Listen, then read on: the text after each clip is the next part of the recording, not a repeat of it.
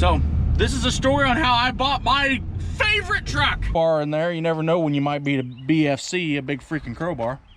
My towing truck, power, Cummins power.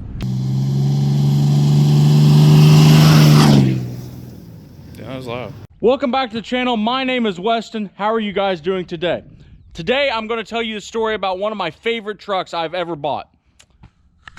And that's Clifford, the big red truck. Now Clifford's made a couple guest appearances on the episodes as of late, but he should be the star of the show because without him, the show would not go on. I got a couple errands to run. I'm going to take you guys with me and tell you the story on how I bought this truck. It was kind of an interesting story that you guys might like to hear. And afterwards, I'm going to do a tour of the bed and the air compressor and all the stuff I got on my service body on the back. Anyway, we're going to run. Basically, I have been looking for a 1-ton dually with a service body on it that I could pull my gooseneck with because I've got post-traumatic breakdown disorder. I've broken down so much, I want to have every tool I would ever need alongside the road. So I had everything stuffed into boxes and stuff in the back end of my 3/4 ton pickup, and it was just all disorganized. Anyway, and you know, it wouldn't really matter if it was a Dodge or Chevy or Ford, you know, as long as it was a diesel, it wouldn't really matter to me. I'm kind of partial to Dodges, and the reason for that is because I can work on them easy. They're pretty simple motors. I'm really familiar with the Cummins engine and everything to do with the Dodge because I had a Dodge beforehand. But that being said, after 2 or 3 weeks of me looking for a truck, we went to an auction. And on the back row of the auction was a 2012 Ram 3500 1-ton dually, 4-wheel drive, and it said on the window, needs injectors. Alright, whatever. Which was this truck here. And I go back there and I'm looking around and taking mine, this bed, to put this bed on is close to $6,000. It's got a $1,200 grill guard on it. The truck was deleted, so, you know, at the time, that would have probably cost about $2,500. Like, dang, this truck has got a lot of add-ons on it. And take in mind, it was only 3 years old. Somebody had paid close to $55,000 for the truck 3 years ago. And, like, dang, I don't got enough money to buy this truck. This thing is not, dang.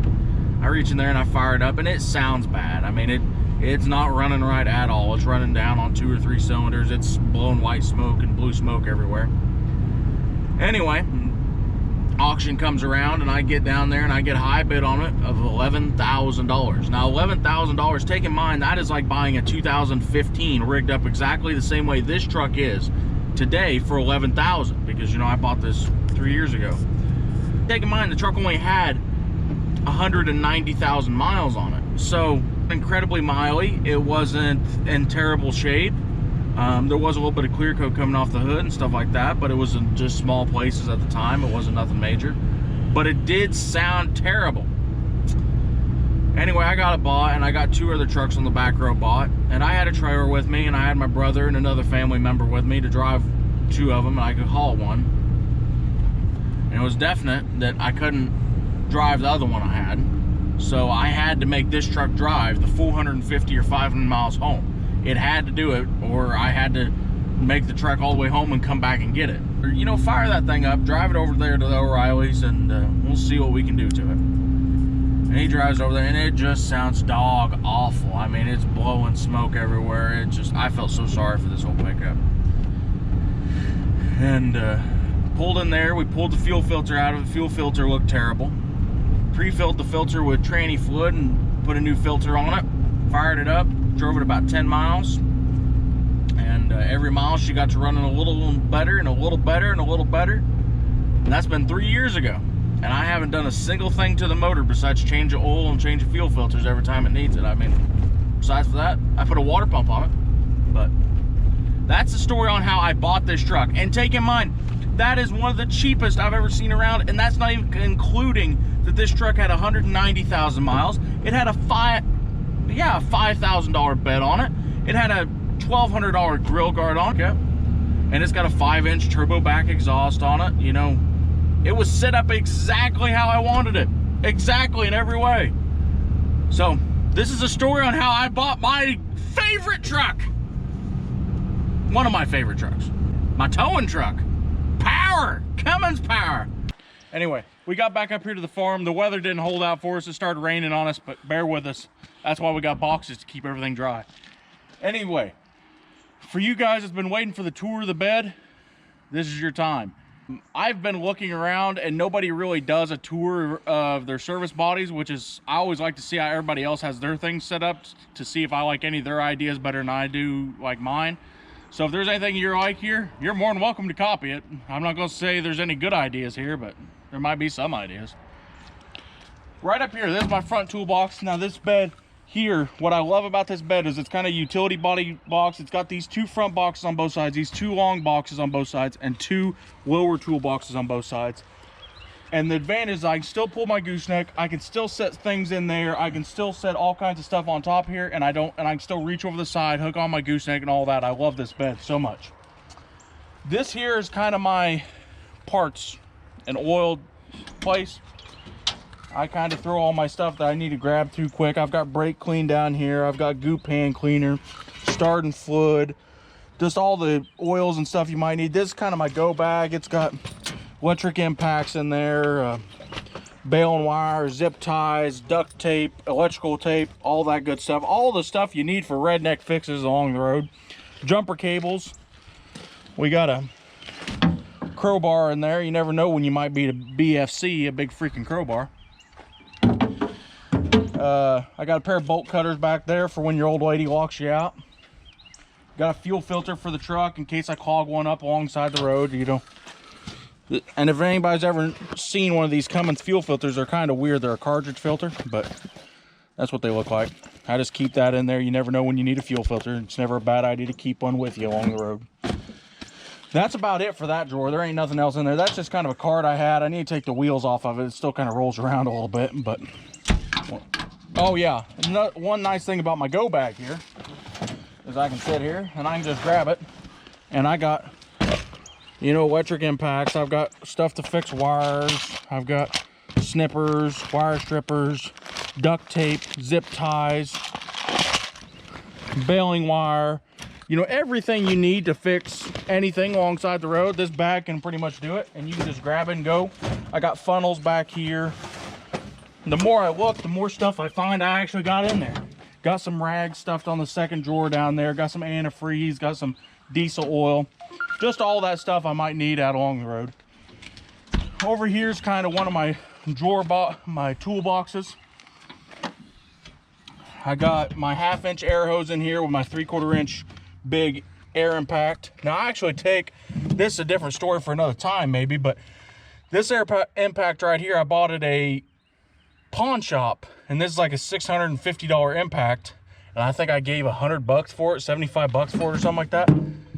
And I need to put quick connects on this hose, but to be truthful, this hose don't get used for nothing besides this impact, so I just leave the impact permanently screwed onto it. These are lights that need to be installed in the bed. Don't worry about them. I've got some lights to go, just, you can never have too many lights when you're working out on the road. So I got a couple under hood light and a light I can lay on the ground when I'm working on stuff. I've got a serpentine belt tool. You know, you always break belts out along the road, and this really does make your life a lot easier when you're trying to put them back on. I got sockets. I got impact sockets. I got a phone call from Beyonce, I think. Got some sockets in here. That's pretty nice. I can just put whatever I want to in there and grab it and go. Got some C-clamps, hammers, chisels.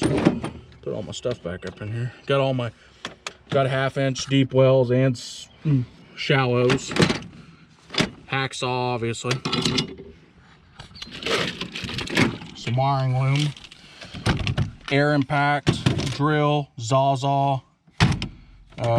Little torch for soldering stuff together, gloves, got all my ratchets and stuff down in there, and kind of got all these little, we built all these. Built all these little subdividers. Here, I'll take this. Built all these little subdividers, kind of whole things. I got butane there, a drill bit. Let's see, got some snap clips, some self-tapping screws, a rag, all kinds of good stuff. But I just put all of them, you know, everything's kind of in there where I know where it is. I also kind of got my cheater bar, which is an old jack handle I had that is just stuck up there with a magnet. That's just a magnet that comes down. Maybe if I can pull it off there, but it stays up there. Does what it's supposed to. And that all locks and everything. Then I got this box down here. It's got my air-powered bottle jack in it, and that one there's got my air-powered bottle jack in it, and then I've got another bottle jack back in there. When you're towing big loads and have a big trailer on behind you, a lot of times a floor jack won't lift up them heavy trailers. Let me shut this real quick. And bottle jack's a lot handier to have, especially the air-powered ones. Where I've got an air compressor on here, air-powered is the only way to go. Now this side here, I hold all of my tie downs. You want to hold this and I'll open this. I hold all my tie downs, my chains, boomers. They're kind of thrown in here, kind of strewn about because we just got back from a trip. I've got an extra hitch in here. I've got a floor jack in here in case I need it for changing tires. Let me take this. So just basically all the stuff I need. J-hooks. I got a come along in there, just some basic stuff. Nothing real too special there. And then on this side, I've got, and I love these Flexel hoses. Them things are awesome, but this is a 3/8 hose. Got my air chuck on there. Some extra air fittings, some extra parts, impact case. I got a first aid kit underneath there. I got a fire extinguisher on the other side. I didn't show that to you, but got just some basic stuff here, some screwdrivers. I got a screwdriver set on the other side as well. Pliers, crowbars, crow's feet, magnet. Get down, I got, let's see, ratchet wrenches, metric and standard. And I think these are all empty down here. I just put this toolbox in there, and it's all I could find to fit in there right now. And anyway, guys, I think this is going to wrap up the video. I kind of giving you a tour of what's on this bed and what I kind of like about it. Now, she's probably not going to stay this way. When summertime comes around, we get a little bit better weather. My plan is to paint it up and make it look nice and redo these boxes with a little bit better shelves. And I want to put a full drawer set in that side box. And if you guys got any feedback on what you think I ought to do with this bed, I love this bed more than anything. It can haul so much, but I'm kind of looking at some different ways of organizing stuff in it and just keeping things from sliding around and just how they're supposed to be and staying where they need to be. Anyway, it's Weston. Catch you tomorrow.